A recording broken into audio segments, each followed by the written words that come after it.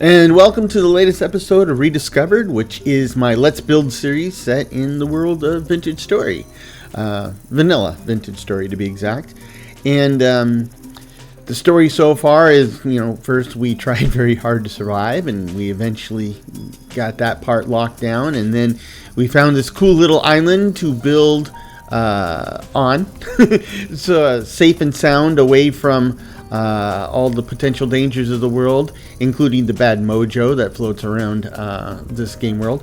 And slowly but surely, we've been working toward this major milestone, right? The moving into our more permanent digs. That's not to say, though, that this house is complete. I mean, just look at it. But the point is that it is much better and more secure than the dirt box I've been living in.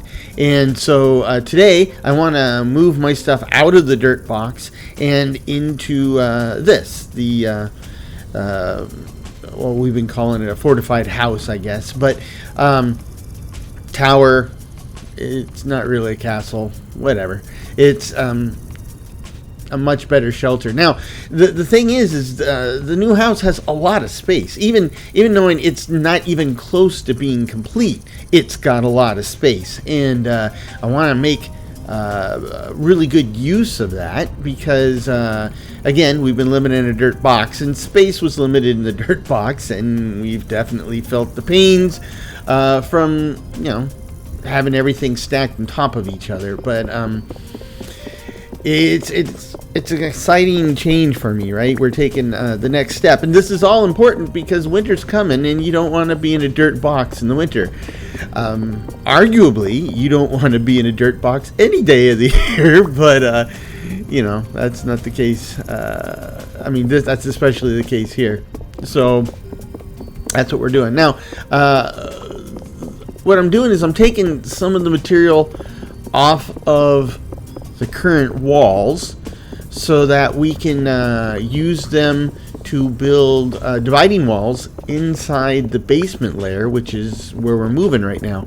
Now, the reason we need to do that is the basement is going to be used as a cellar, right? And the cellar in Vintage Story has specific game mechanics tied to it. So there's certain prerequisites you have to fill for to get the full benefit of the cellar, and there is a size limit. So I'm pretty sure that if I just threw a door on the front of the current cellar, it'd be too big. So what I'm going to do is I'm dividing it into 3 sections. This front section and then 2 back sections. And that kind of rearrange the torch distribution as well. And I know then that everything will be within the size limit. And while we're down here, might as well cycle the torches so they don't burn out. And then and we'll continue. So but the thing is the cellar dynamic, it's nothing to sneeze at, right? You really want to take advantage of that, especially with winter coming, because the ability to gather food is going to be pretty limited.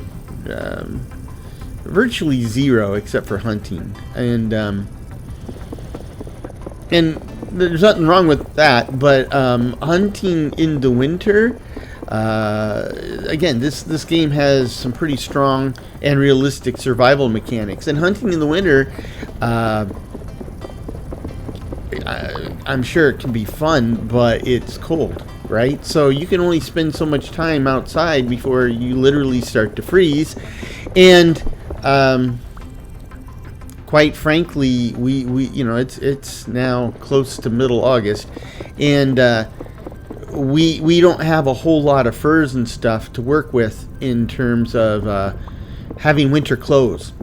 We've got some, but not a lot. So we'll have to work on that too. I mean, as usual, there's just so much to do, but it no longer feels overwhelming. I mean, I don't know if you've paid attention to this channel for long, but at one point I had a series based on a playthrough of Raft, and that series actually died after just like 5 or 6 episodes because I was spending all my time trying to feed myself and beat back the shark. And my point was, there was a bazillion things that you had to do, but I was just spending hours struggling to maintain what little I had. And there's certainly a huge amount of satisfaction that comes from a challenge like that. I get that. But one, it's not real fun. I mean, I'm sure it gets more fun once you somehow get past that stage. But two, I wasn't enjoying it, and I don't think anybody else was watching me enjoying getting killed by the shark over and over. Well, to be exact, most people probably didn't enjoy watching me get killed by a shark over and over. Or there's always somebody that enjoys, watching others suffer over and over. So anyway, so last episode I made these 2 large chests and I placed them down there, and that's going to be a godsend for now. And then that will help us save the storage vessels, because we got quite a few of them, for food. And right now we've got 2 overflowing into a third, but yeah, it'll be nice to get organized. Feel like I live there as opposed to camping there. Though, again, I don't normally go camping in dirt boxes. So, and just a note to the Vintage Stories devs, if you have a house built to dirt, and then you go through, the first half of July was just complete and utter downpour, thunder and lightning. If this had been a real dirt house, it would have melted into a big pile of mud, right? It didn't, and I'm thankful for that. But that being said, just some thoughts. I mean, if you remember the story of the 3 little pigs, the whole point of that was that each pig built their house using different materials. There's advantages and disadvantages to every design and set of materials, and ultimately it proved that the little pig with the brick house had the best set of design and materials for the situation. The same thing should apply here, right? There's advantages and disadvantages.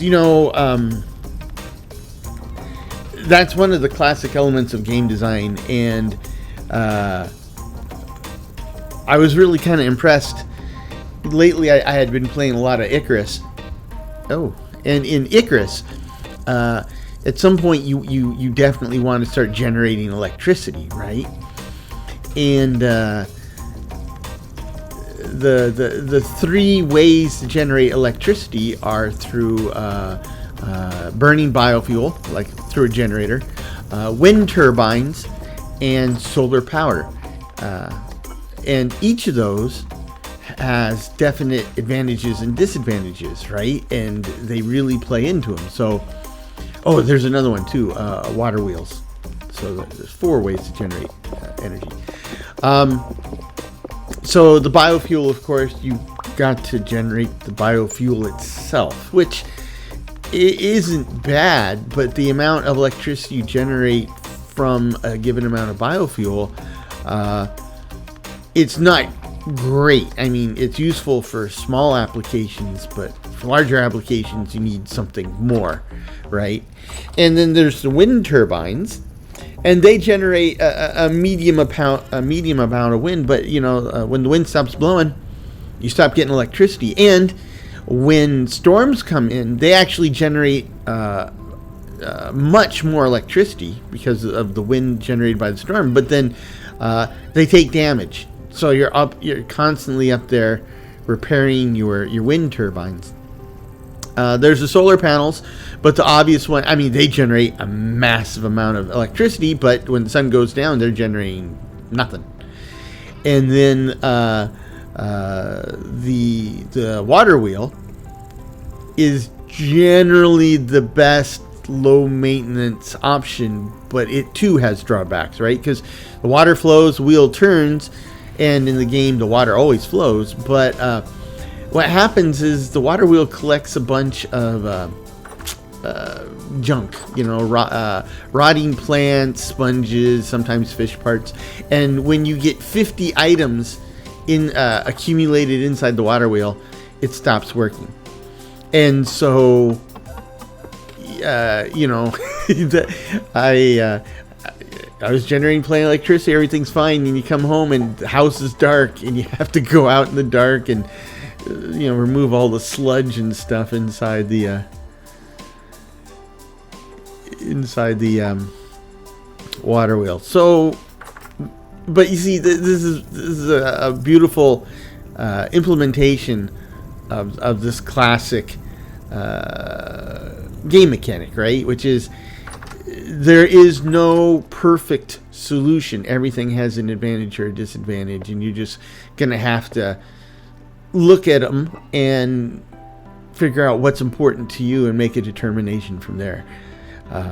That's the type of stuff I love, right?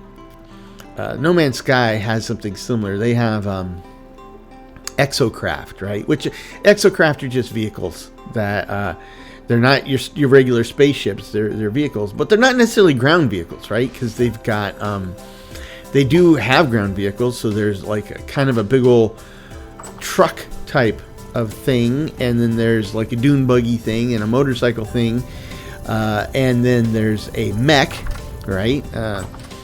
But they also have kind of what I call a puddle jumper. It's kind of a hover platform that can go over water or whatever, and they have a submarine as well, right? And each one of those things has its own distinct advantages and disadvantages. So I do spend most of my time in the dune buggy one, because really what I'm doing is I'm using it to go from point A to point B, and I'm not using hardly any of the other functionality in there. And since I have the dune buggy upgraded the most, it's the fastest and easiest way to move around. But okay, we need to get our food situation all figured out here. Now, again, if you've been watching, you know that I have a compulsive streak a mile wide long, and what I'm trying to do here is figure out expiration dates. So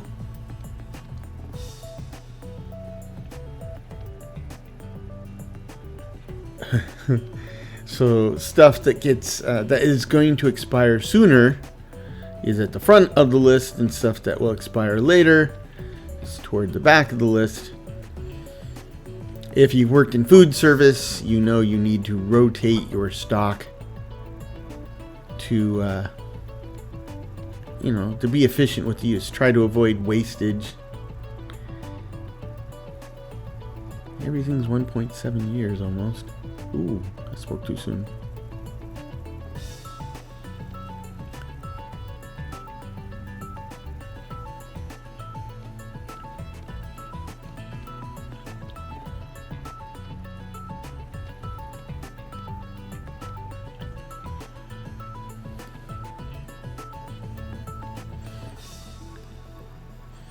Anyway, I don't expect that I will be facing starvation in the winter. What I expect, the challenge in winter is staying well, I expect the challenge in winter will be staying warm. And getting stuff done, right? Because, like I said, it's going to be too cold to go outside for long. But that would be a great time to be gathering wood, hunting, doing terraforming type tasks. You know, it's not too late yet, but I want to try when we get rid of the dirt hut. Then we can now start looking at the island in its more permanent form. And where the dirt hut is right now, this is essentially going to be a bee garden where I will have flowers and set up beehives. But on the other side of that, I will be setting up a pen for chickens. So then we'll go capture chickens. That will get us into the arrow biz eventually. And we'll need to set up a space for pit kilns and our charcoal kiln. I mean, we already have those set up, but we'll need to formalize the space and cover them because, you know, the pit kilns don't work so well in the rain. And then the other one that I really need to make sure I can get a start on soon is I would like to have a grove of fruit trees, right? And I've already found a few fruit trees out there, so we can grab some cuttings. How do you pick this up? Well, not with a spear, obviously.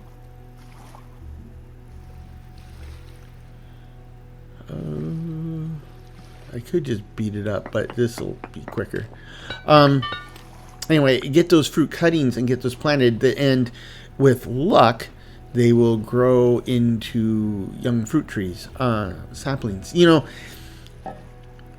they've been slowly. The way those work is you cut them and plant them, and then there's a chance that they die off.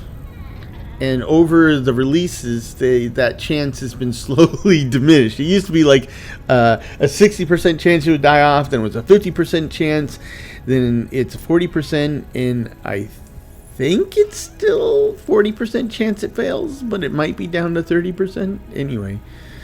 So there's a second advantage to like not planting fruit trees right away, but I would like to get them established so that when the spring hits, they're off and running. You know, one of the problems we have is, you know, you've got the food groups in Vintage Story. It's basically protein, vegetables, fruit, grains, and dairy. Now, we're not doing anything with dairy at the moment because don't have anything to milk. But the other ones, there's, you know, you see like the vegetables last practically forever with care, right? So that's great. Meat doesn't last so long, but meat lasts longer than fruit. Fruit is just here today, gone tomorrow. And that's kind of a problem because, you know, fruit's in season, you got it. And when fruit's not in season, you're out of luck. And so we need to expand our processing repertoire so that we can have fruit all through the year. But right now, the only fruit I have access to are berries. And I got a lot of berries.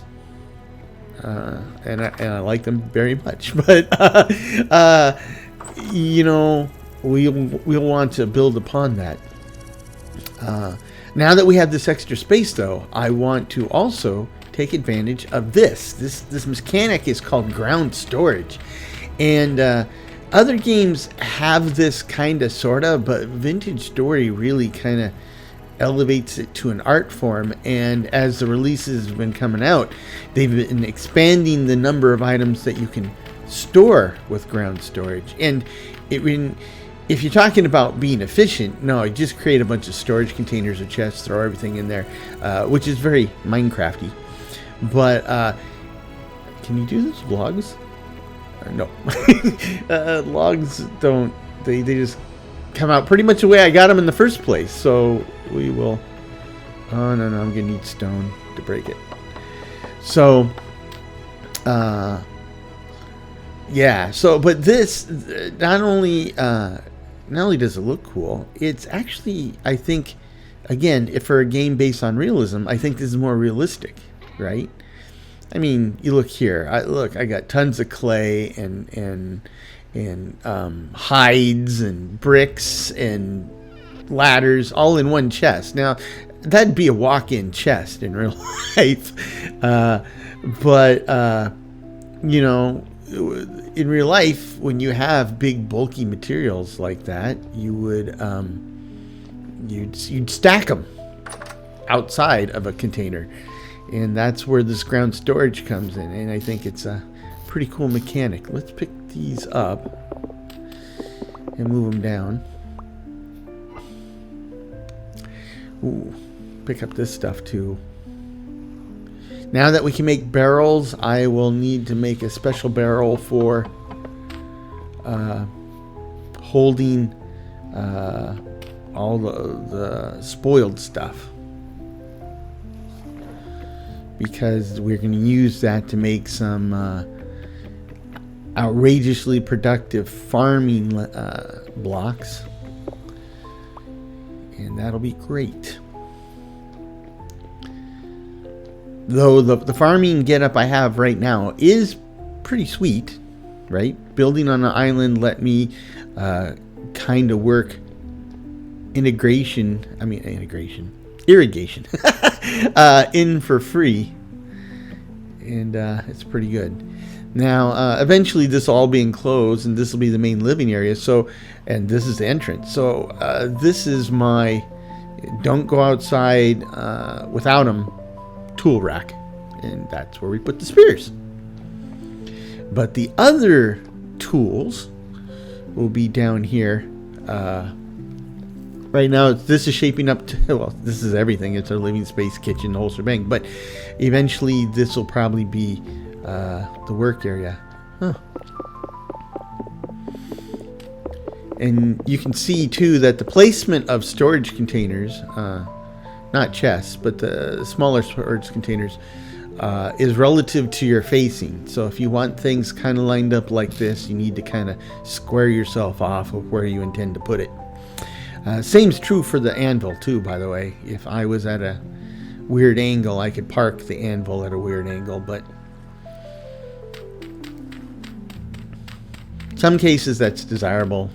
Generally, I don't think it is. But then again, I got that compulsive thing.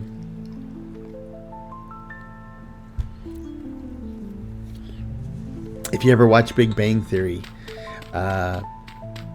you know, Sheldon Cooper is a very interesting character, and he's got some massive compulsive issues. Now, I am not saying I'm Sheldon Cooper, not in brains or compulsion, not by a long shot, but I will say every once in a while he'll say or do something, and the audience is laughing, and people are going, "Well, that's just crazy." And I'm thinking, yeah, but is it? Is it really that crazy? I can relate to it. Okay, we're making a dent in it. And, you know, this is the thing, too. Survival games, I've said this before, it kind of blows my mind that the survival games, especially the games with, like, the less forgiving mechanics, right? They are among the coziest games I play. It's like, I think the point is,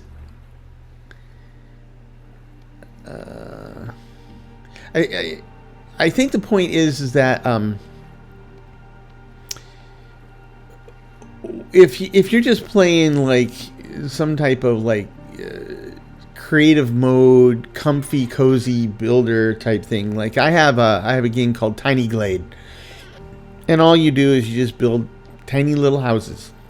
I mean, you build bigger ones if you want, but there's no real game mechanic to it, right? There's no conflict, there's no weapons, there's no economy, there's no money, there's no nothing. It's just it's kind of like a cottage builder Lego set. Here's a bunch of pieces and just knock yourself out, build buildings. And incredibly therapeutic, right? Really relaxing. Awesome. I mean, this game screams cozy with a capital C. In fact, all the letters are capitalized, right? Yet, I don't feel as cozy, comfy with that game as I do this one, or my Icarus, or even my Minecraft games, which might sound weird, but it's not, because part of what makes it cozy, it's not just having the enclosed space and warm fire, cup of tea type of thing. It's also the fact that you built that, and now you are reaping the reward. It's kind of like, we're in the northern hemisphere, it's fall, right? So it's kind of cold outside. It's dark. It gets dark early, and weather's not great. Now I think I have quite a few storage vessels. Good. Anyway, so let's say it's a Saturday. You don't have to work, don't have to go to school, don't have to go to the store. So you just wake up and you spend all day inside. And trust me, I've had days like that. No, they're pretty awesome. They're pretty awesome. But how does that compare to the days like you do get up and you go outside and it's rainy and it's cold. Maybe you get your shoes wet. But you go to the grocery store, wherever, you get your stuff, and then you come home, kick off the wet shoes, get the fire going, have a nice hot beverage, relax under a blanket. If you're making a side-by-side list, it's basically the same thing. But I'm telling you, it's not, because in the case where you were out in the cold and the wet, and now you're in the cozy, you appreciate the cozy so much more. I'm looking at this bowl and it kind of reminds me of Captain Crunch berries. Oh man, tell you my age. I remember when they separated. You had Captain Crunch, and then they started. Then somebody in marketing got the cool idea. They said, "Okay, now we're making a bowl of Captain Crunch, but it's just the berries." And then they started coming with all these different variations and stuff. So, and I'll admit it. Even well into my 20s and 30s, I would occasionally get a box of Captain Crunch or just the berries and wolf that down. I mean, being a computer geek at that time and at that age, I got a head start on some unhealthy living habits. There were stages in my life where eating well was, grabbing fast food on the way home, or going out for fast food and eating from the computer. And that's the eating well, right? So, the bad habit one was, that's not right. I got to turn them around. You can't stack firewood that way. You got to stack it this way. The bad options would be, on the way home, you buy some groceries, but that includes a full bag of Oreos and a gallon of milk. And you come home and you eat the whole bag of Oreos and drink most of the milk, right? And that's dinner. Kids, don't do that at home. That will not do your body any good. I mean, there's the milk. Milk does your body good, but not with a whole package of Oreos. Yeah. And then, the funny thing is as you grow older, you start to see other people you went to school with and stuff. And some of those people are doing exactly that same thing. But, and in truth, eating stupid like that when you're in your 20s and your 30s, it's not so much the damage you're doing to your body right there at the moment, because your body will just handle it. The problem is setting up the habits in your mind and in your routine that then you've got to shake when you get older, because later your body can't handle that. But if you're still doing it, you're just setting yourself up for failure, heart failure, liver failure. Yeah, but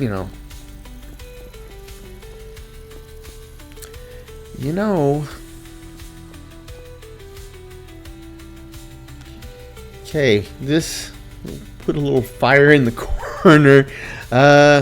Eventually this house, fires will be in fireplaces and such, but we're not quite there. We're still in this transitory state. Where's the fire pit, by the way? There it is. Place the dry grass on the ground and then add firewood. Yeah, I don't do it very often, so I have to look it up. But yeah, eventually fires will be in fireplaces, and so we're in this transitory state between camping in a dirt box to camping in a stone box, really, is what we're doing. And then, but we're stone's throw away from making this like, a permanent type of deal. I'm looking forward to it. We can stack this stuff over here for now. We need to, shelves and all this type of stuff. Have a proper kitchen with a bakery. Well, not a bakery. I mean an oven, and fireplace. I mean, we'll get there eventually to all this type of stuff. And of course, the kitchen is going to be bigger than what you need for a kitchen, because in this game we have things like fruit presses and wine brewing, right? This type of stuff. All that will be in the kitchen. So, yeah. And that's probably, eventually most of your fruits, when you're not able to get fresh fruit, you're going to be getting your fruits from jams, jellies, wine. I think fruit juice, but the thing with those the juices, they don't last very long, right?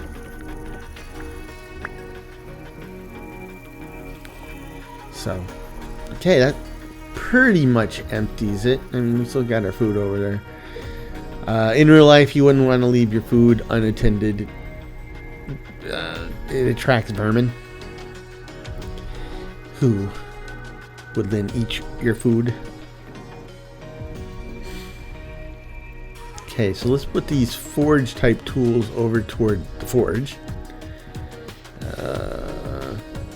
And let's put these mining tools in the middle. And just get ourselves all organized and stuff.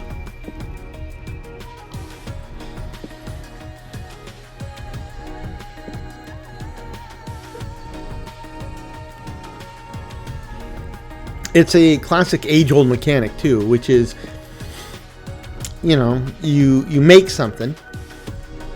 Maybe you make something for a specific purpose. It fits the purpose, but then over time, the design improves, right? You figure out that there's a better way to do it, or a better way to lay things out, or increase your yield.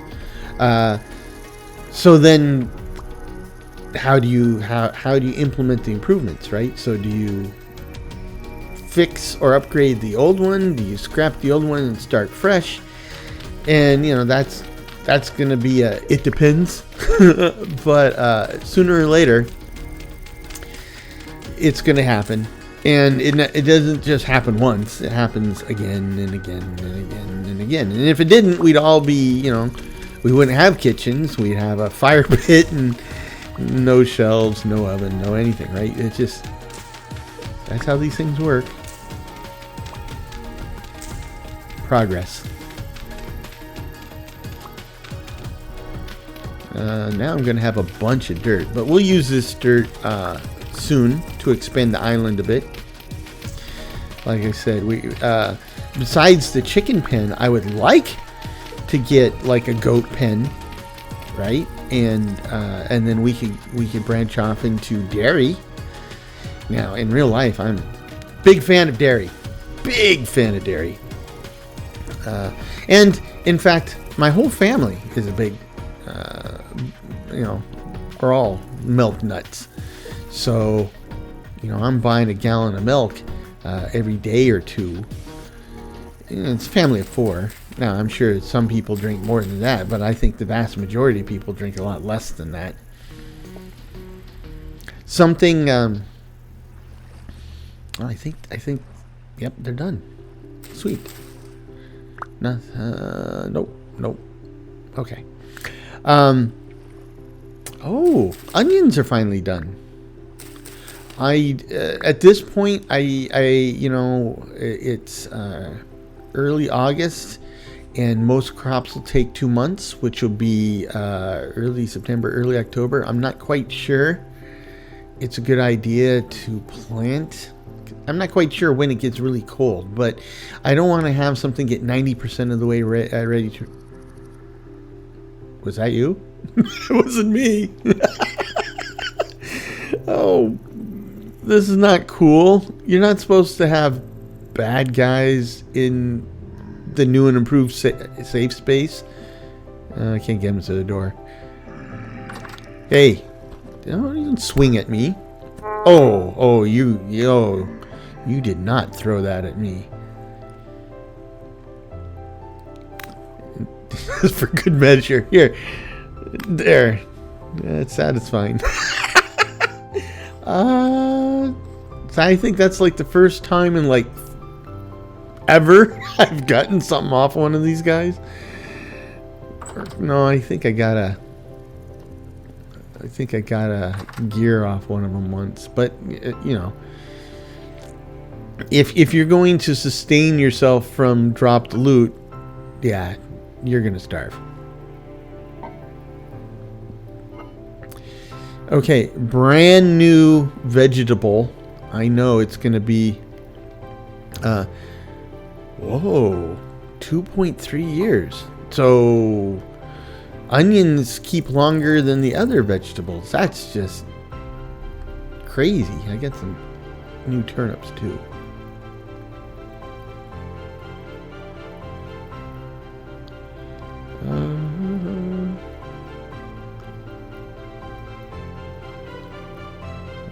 .8 years.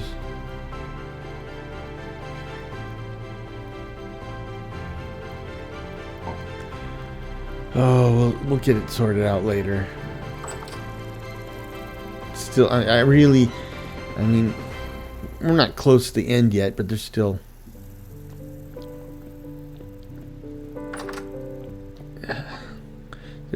a great deal to be done before the end.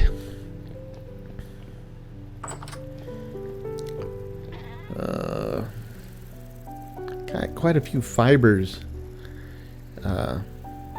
accumulated. That's nice. Not enough to do anything useful, quite, but I mean, flax is really an important bit of the game, and I am definitely flax poor.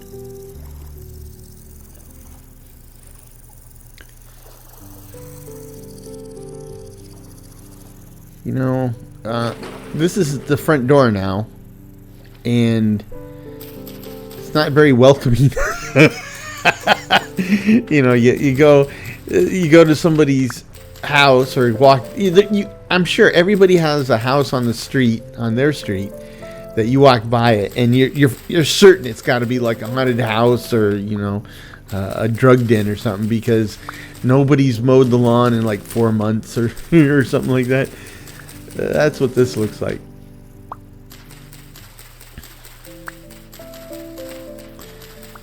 Okay.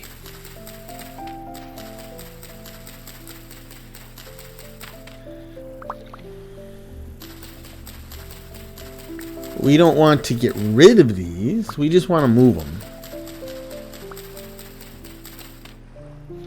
Don't know what I'm going to do in the front here. I think I might make like a little dock. Oh. So these just needed literally a few more minutes, and here we go.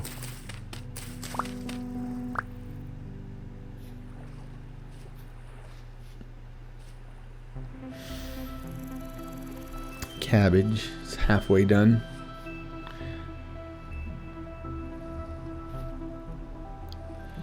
Go ahead and keep planting the reeds, cattails in between the plowed fields.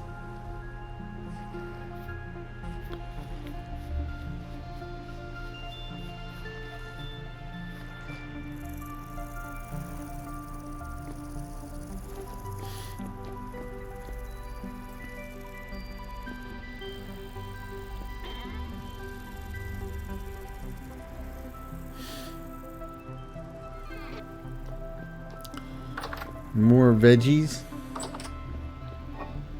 More seeds.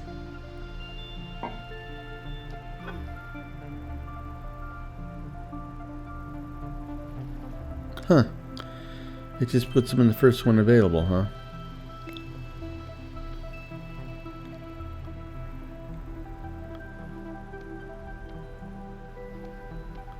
Okay. Now, it's all sorted properly.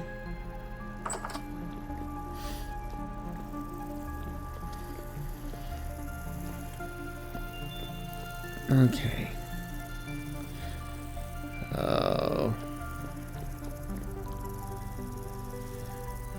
We need so much wood.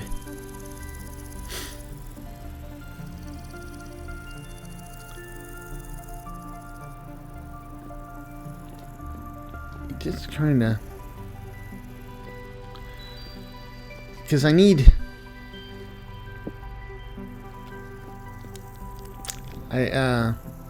need a lot of wood, but I also, like I said, I really need to work on my leather game. We started making tannin last time, but I need, the first step actually is lime water, and I don't have any. I need to make some. So let's go get some lime water by getting some lime. And the worry is, if you remember last time, I got bounced around a bit by a bear right in this area. So I'm a little nervous about that. Well, let's pick up these rocks, because that's what I need. Is I'm gonna need lime rocks, and I don't know off the top of my head how much lime I need, how many lime rocks. I do know I need to make 50 liters of lime water, and my guess is it's probably something like either 1 lime rock per liter or 1 lime rock per 10 liters. Probably one for one. And it's not even lime rock. I need that many lime rocks to grind up into a lime powder. And so I'm gonna need 50 lime. My guess. Well, you need more than that. I got 17, and we can just gather loose rocks.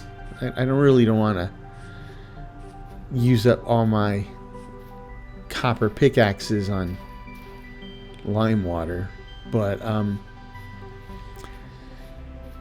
let's go grab some limestone rocks. Then we can also increase our flint supply. Flint's still going to be important, because there's some tools like shovels, in my opinion. They're not worth making out of metal, right? I mean, the metal ones do work better, do last longer, but even the metal ones are so temporary that it's just like, it's just not worth it. As opposed to the shovel I have at home in my garage that I've had for 30 plus years and has seen a lot of snow, dirt, and sand go across its blade. So yeah, anyway, I've always hated the durability mechanic in tools, right? I would like to see like a maintenance mechanic, right? So not like the durability goes down and then breaks. What I'd like to see is that the effectiveness of the tool goes down, but never to zero until you maintain the tool. Because, like, you know, if you've got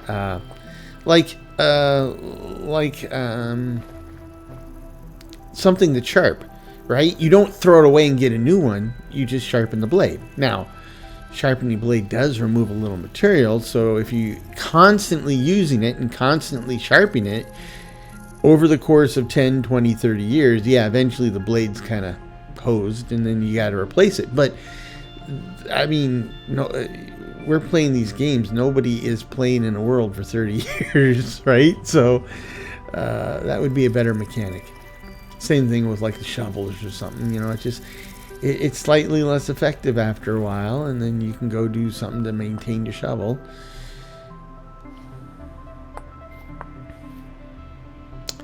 You don't need to sharpen your shovel, that's for sure. I don't want to find any bears or anything around here.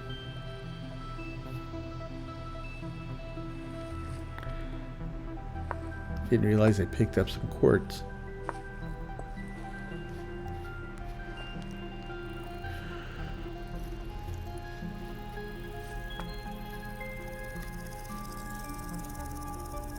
It's raccoon. He's running. It's running this direction. That's could be a bad sign that there's something big and nasty on the other side. Oh, now he's running away from me. So, no. The indication is whatever he was running from, I'm bigger and badder. So that's good for me.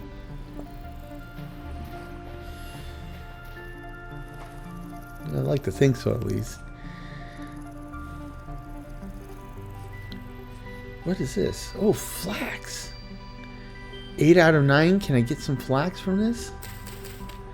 Oh, what a waste. There's more flax here. I'm not going to risk those, but I'll mark it as flax.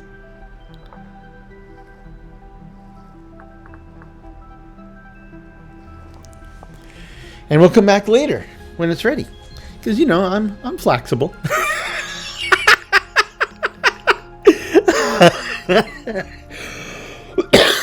I'm sorry. Killing myself here.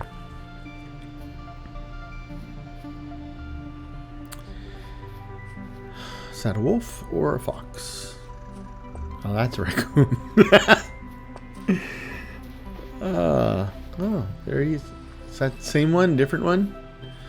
Don't worry, pal. I have no interest in harming you.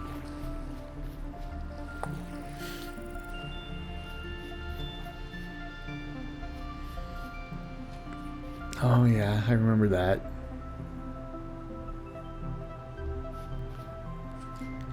Need to come clean up these ruins. And, you know, everything we've been doing so far it's strictly a matter of survival.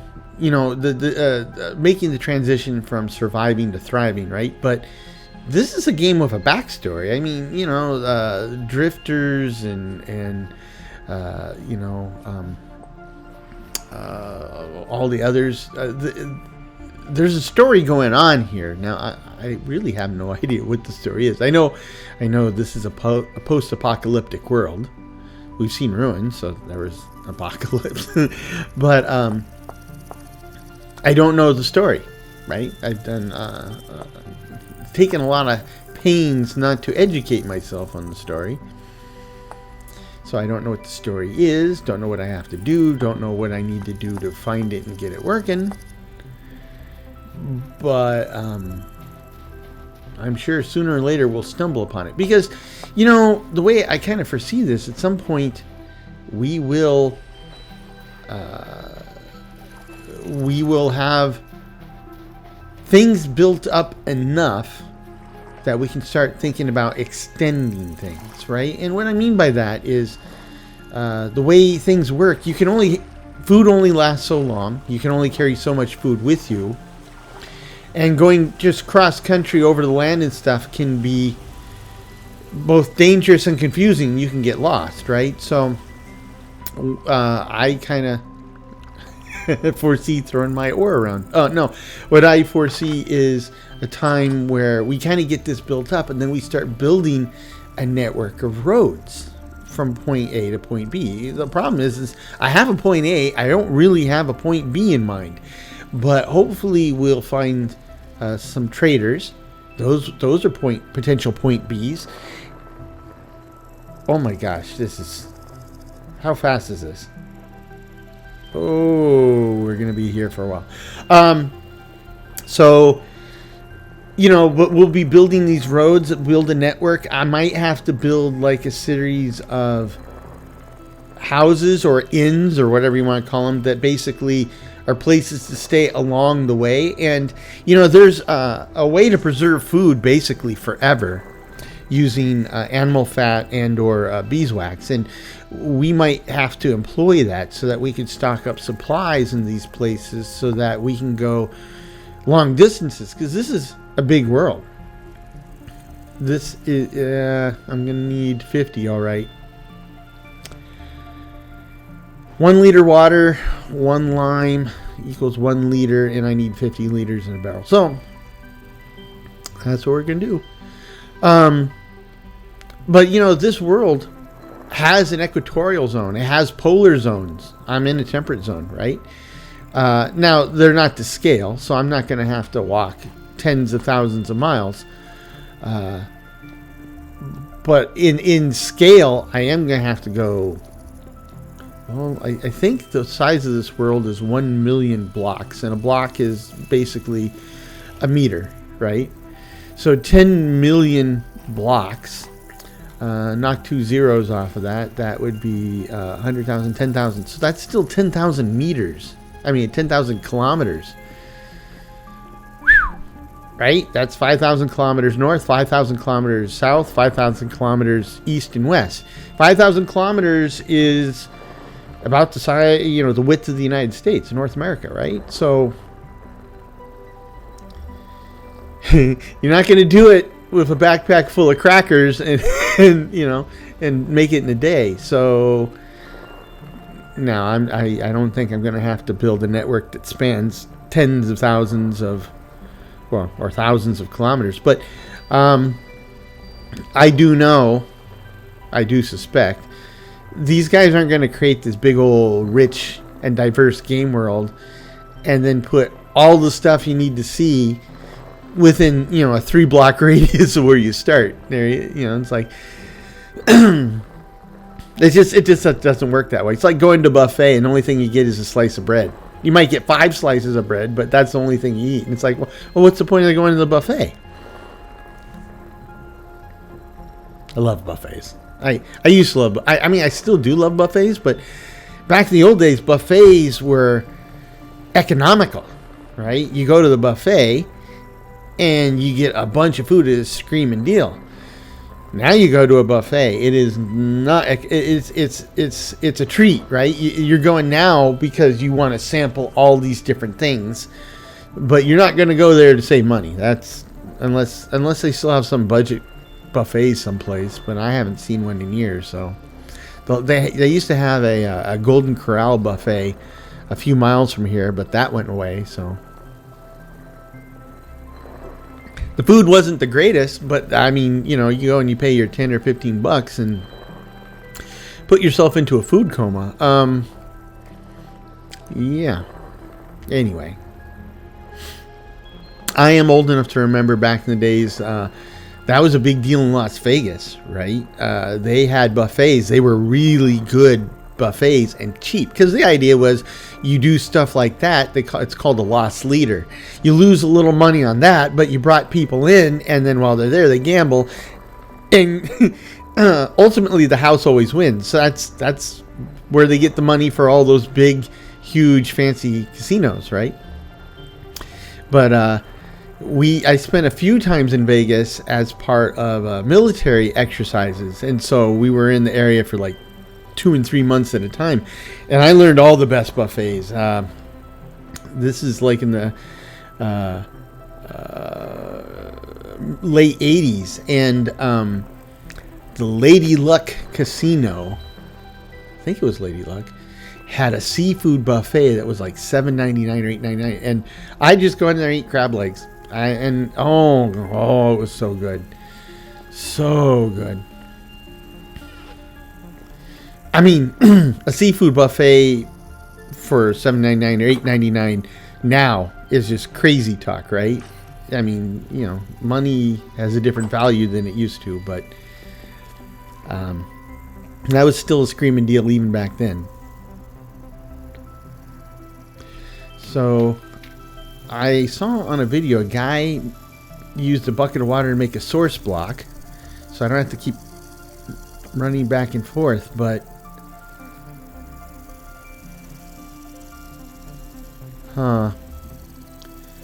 I thought he did a crouch and apply, but none of these things are working. Oh boy. Well, okay, we'll just skip the source block and we'll make a couple more barrels with this maple wood. And we'll get the lime water going, which is going to apparently require a bunch of trips back and forth to the water. Luckily, I'm on an island, so you can't go too far without being next to water. So, in fact, you can't go anywhere without being next to water. Where did I put the planks? Oh, I hate that. Okay. So, to make a barrel, I think you do this, and then we cap it with some sticks, which I don't have.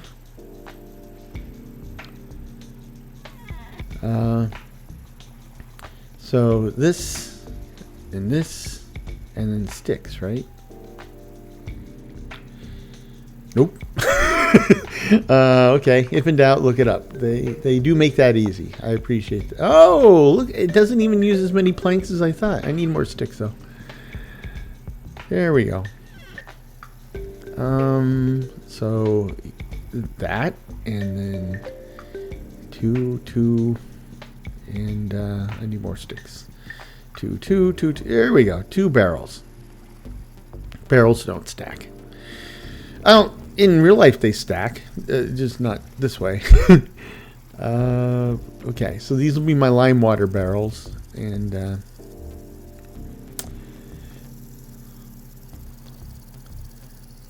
let's try to see if I can get this source water. Nope, I still can't get it to work.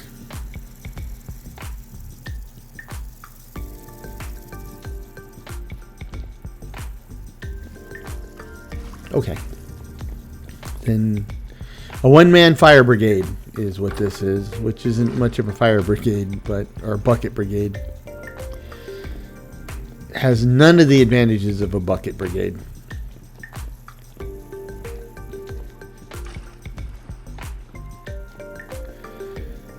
Okay.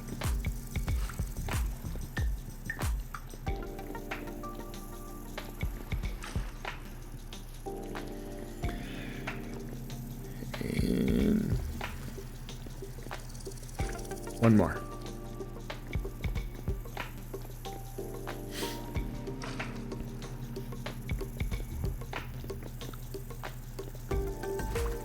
So I think that's it.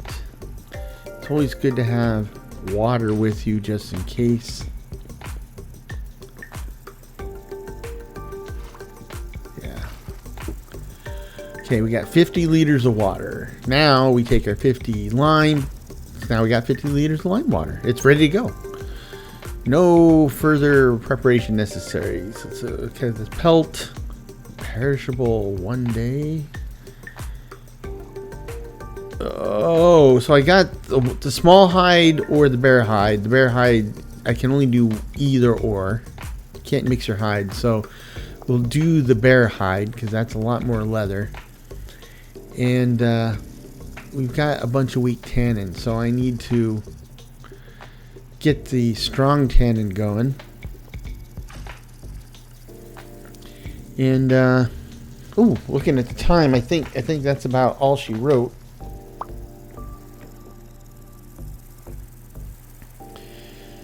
Oh, I'll get this sorted out next time. Okay.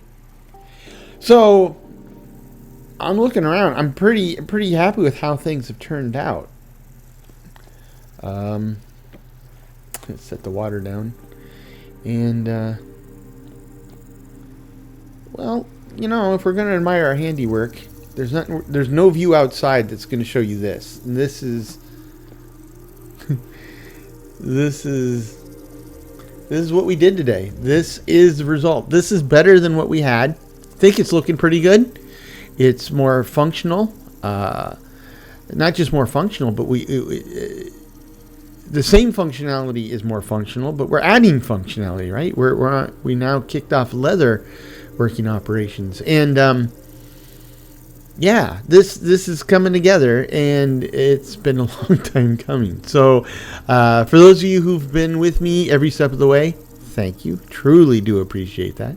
And for those of you new to the adventure, well, why don't you kind of watch some of the older episodes to see how we got here, and hopefully you'll stick around to see where we go from here, because I think there's some interesting stuff up ahead.